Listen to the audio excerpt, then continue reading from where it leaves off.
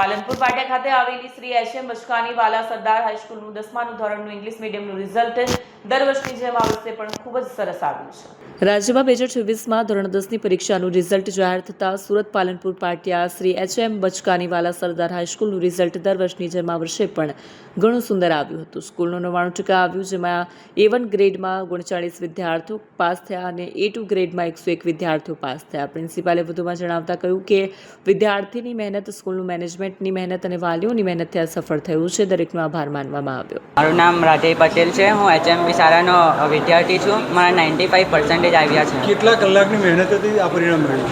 હું નિયમિત પર મહેનત કરતો હતો, રોજ 2 કલાક વાંચતો હતો અને જે સારા હોમવર્ક આપતી હતી તે નિયમિતપણે કરતો હતો। ટ્યુશન જતો હતો? ના, ટ્યુશન અત્યારે તો A ગ્રેડ આવતો હોય તો બી ટ્યુશન જાય છે, તો નહીં જવાનું કારણ? અમારી શાળાનું શિક્ષણ બહુ જ સારું છે, એટલે મારે ટ્યુશનની પણ જરૂર ના પડે। બેટા, વાત કરીએ તો ટ્યુશન વગર ભણવું ને ટ્યુશન હોત તો આ પરિણામ કરતાં વધુ પરિણામ આવતે? ના, કોઈ ફેર ના પડતે। મારી શાળા અને શિક્ષકો બહુ સારું ભણાવતા હતા। અચ્છા, ડાઉટ સોલ્વ કરવા માટેની કઈ રીતની વાત કરતા હતા ટીચરો સાથે? જ્યારે પણ કોઈ ડાઉટ હોય તો વગર કચાશ એ ડાઉટ સોલ્વ કરતા હતા। બેટા, કયા ડ્રીમ સાથે આગળ છે? મારે વિજ્ઞાનમાં આગળ વધવું છે, વિજ્ઞાનમાં ગણિત। વિજ્ઞાન પસંદ કરવાનું કારણ? મારું ગણિત અને વિજ્ઞાન બહુ સ્ટ્રોંગ છે। અચ્છા, દીકરા, મમ્મી પપ્પાનો સપોર્ટ શું અને શું કામ કરે છે? મમ્મી પપ્પાનો ખૂબ મહત્ત્વનો સપોર્ટ રહ્યો હતો। એમણે જ્યારે માર્ક્સ ઓછા આવતા હતા ત્યારે મને સપોર્ટ કરતા હતા, મોટિવેશન આપતા હતા અને શિક્ષકોનું માર્ગદર્શન પણ ખૂબ જ અગત્યનું રહ્યું છે।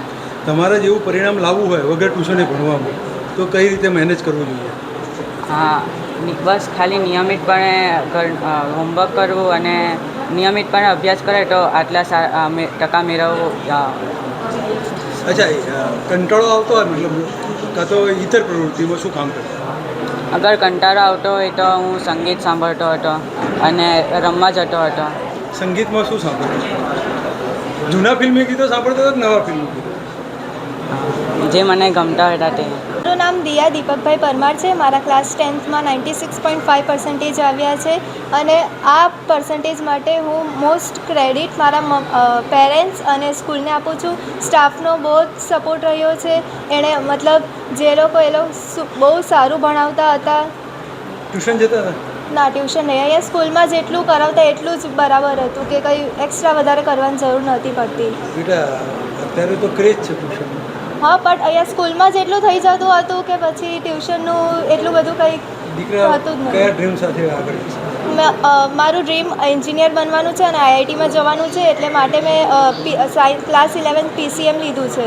મારું નામ રીટા બેન એમ સોલંકી છે અને હું શ્રી એચ.એમ. બચકાની વાલા સરદાર ઇંગ્લિશ મીડિયમ સ્કૂલમાં છેલ્લા 3 વર્ષથી પ્રિન્સિપલ તરીકે ફરજ નિભાવું છું। બેન, આજે ધોરણ 10નું પરિણામ શાળાનું કેટલા ટકા આવ્યું? કેટલા બાળકો A1 અને A2? 99% રિઝલ્ટ અમારા શાળામાં આવેલું છે અને A1માં 39 સ્ટુડન્ટ્સ આવ્યા છે। વાલીઓનો કેવા પ્રકારનો સપોર્ટ અને ટીચરનો કેવી રીતે અભ્યાસ કરવાનો સપોર્ટ?